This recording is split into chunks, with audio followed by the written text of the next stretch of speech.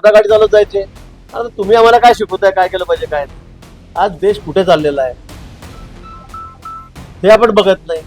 ते जनता बघते, तुम्हाला बघायची गरज नाही म्हणा. ती जनता बघते, लोक बघतायत आणि सगळ्या देशभर पश्चिम बंगालपासून तुम्ही बघा, स्वप्नासारखंच वाटतं. पण या ठिकाणी सर्व जनता मोदीमय झालेली आहे, सर्व देश हा मोदीमय झालेला आहे. तुमच्या सर्टिफिकेटची आम्हाला आवश्यकता नाही.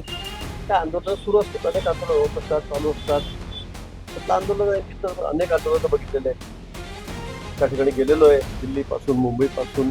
मला वाटतं ठीक आहे, त्यांची मागणी आहे, ते उपोषणाला बसले, त्यांनी त्यांचं म्हणणं सरकारकडे मांडावं.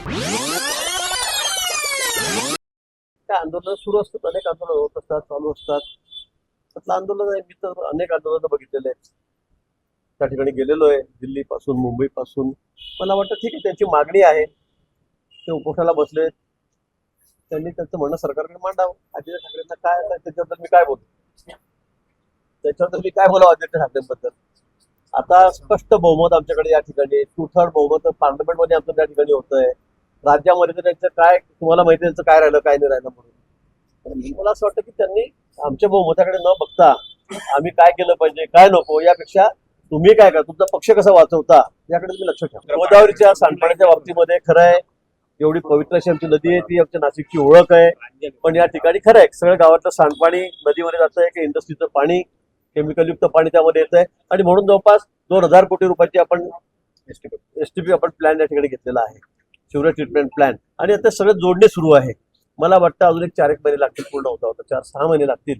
पण या 4-6 महिन्यामध्ये सगळं पाणी जे अतिशय दूषित आहे, मग ते शहरातलं असेल, इंडस्ट्रीचं असेल, हे सगळं पाणी आता आपण त्याच्यावर प्रक्रिया करून त्याला पुन्हा नदीमध्ये सोडणार, त्याला शुद्ध करून. आणि म्हणून मला वाटतं आता काही जास्त वेळ लागणार नाही. पण निश्चित लवकरात लवकर ते होण्याच्या दृष्टीने आपण या ठिकाणी आता प्रयत्न करतो आहोत.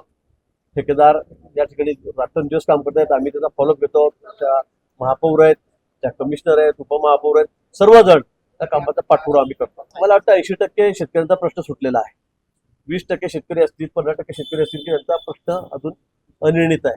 मला वाटतं आता मी थोड्यापूर्वीच निरोप दिलेला आहे, तिथे जाऊन पुन्हा मी गायकऱ्यांची भेट घेईल, जे उपोषणाला बसले शेतकऱ्यांची त्या ठिकाणी जाऊन भेट घेईल आणि काय मार्ग काढता येतो तो आपण निश्चितपणे काढू. पण 80% जवळपास आता या रस्त्याचा प्रश्न संपलेला आहे. कोणी म्हटलं तुम्हाला इतके वर्ष तर तिकडे लोटांगण घालत होते, हा इतके वर्ष कोणाचा जप करतो, दाखवू का मागचे भाषण, मागची भाषण बघायला जरा तपासून किती आपण जप करत होते आमच्या मोदी साहेबांचा.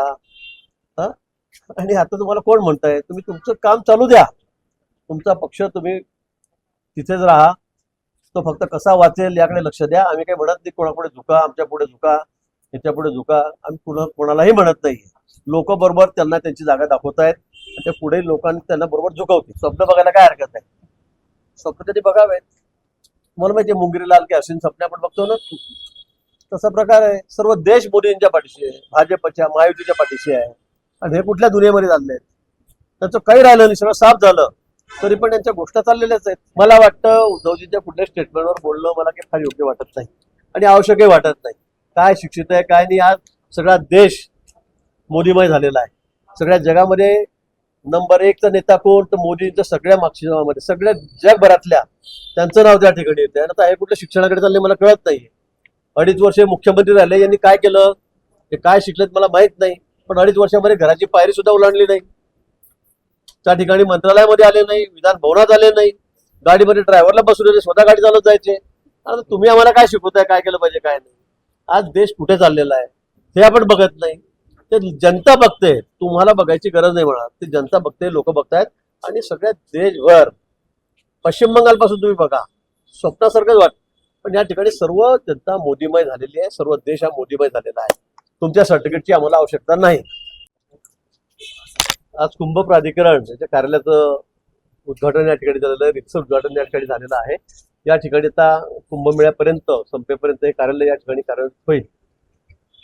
आज कुंभमेळ्याच्या संदर्भामध्ये एक आढावा बैठक या ठिकाणी झालेली आहे. ते फक्त पर्टिक्युलर कामांची, हे सार्वत्रिक नाही, पण जे घाट आहेत त्र्यंबकेश्वरला असतील, त्र्यंबकेश्वरला नाशिकला आहेत, या घाटांचा कामाचा आढावा, त्यांचा स्पीड, त्यांची गती, त्यांची क्वालिटी, या संदर्भामध्ये सर्व अधिकाऱ्यांची या ठिकाणी चर्चा झाली. विशेष करून मग जलसंपदा विभागाचे अधिकारी होते, त्याच्यामध्ये PWD बांधकाम खात्याचे अधिकारी होते आणि त्यांच्यासोबत सर्व काही चर्चा या ठिकाणी झालेली आहे.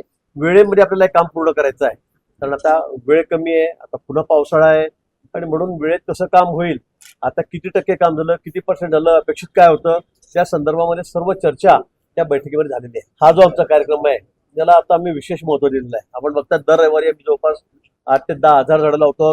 आजही या ठिकाणी सावित्रीबाई फुले पुणे विद्यापीठ त्यांची जी ब्रँच आपल्याकडे आहे त्या ठिकाणी सुद्धा उपकेंद्र जे आहे त्या ठिकाणी सुद्धा आपण 5,000 झाडं लावतो, 6,000 झाडं लावतोय. त्यातली 2,000 झाडं आज लावली.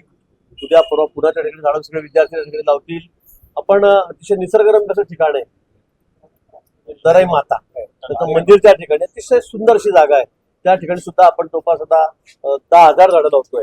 त्यातली 4 ते 5,000 झाडं आपण आज या ठिकाणी लावले. तसं 8,000 झाडं आपण त्या ठिकाणी लावलेली आहेत. त्याचा संकल्पही केलेला आहे, झाडं त्या ठिकाणी आणून ठेवलेली आहेत. दर रविवारी आपण हा कार्यक्रम या ठिकाणी घेणार आहोत. प्रत्येक रविवारी मी 8 ते 10 हजार झाडं, अतिशय मोठी झाडं, चांगली झाडं आणि देशी झाडं ही या ठिकाणी लावणार आहोत. आमचा जो संकल्प आहे हरित नाशिक, हरित मान्सून, उन्नत नाशिक ही जी संकल्पना महापालिकेची आम्ही या ठिकाणी मांडलेली आहे आणि सगळ्या नाशिककरांचा याला पाठिंबा आहे. आज आपण बघितलं असेल दराई मातेला तर त्या ठिकाणी हजारो विद्यार्थी, हजारो तरुण त्या ठिकाणी या कार्यक्रमामध्ये सहभागी झालेले होते. म्हणून मला असं वाटतंय की लवकरच नाशिक शहराचा आम्हाला चेहरा मोहरा बदलायचा आहे. व नाशिक शहरातले रस्ते असतील, तुमची गोदावरी माई असेल, त्या ठिकाणी झाडं लावण्याचा उपक्रम असेल, सगळ्याच गोष्टी, घाट असतील, अतिशय सुंदर, स्वच्छ आणि सुरक्षित नाशिक आम्हाला या ठिकाणी करायचं.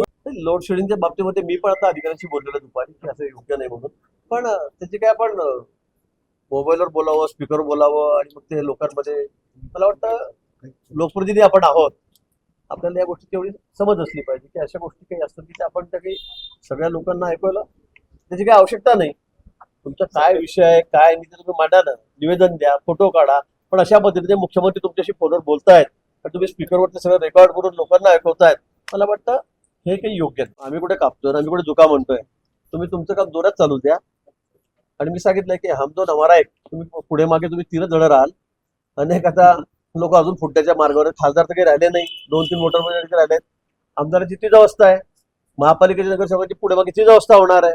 आणि म्हणून आम्ही तुम्हाला काही म्हणत नाही कुठे झुका का मान कापा, आम्ही काही कापत नाही, आम्ही काही करत नाही.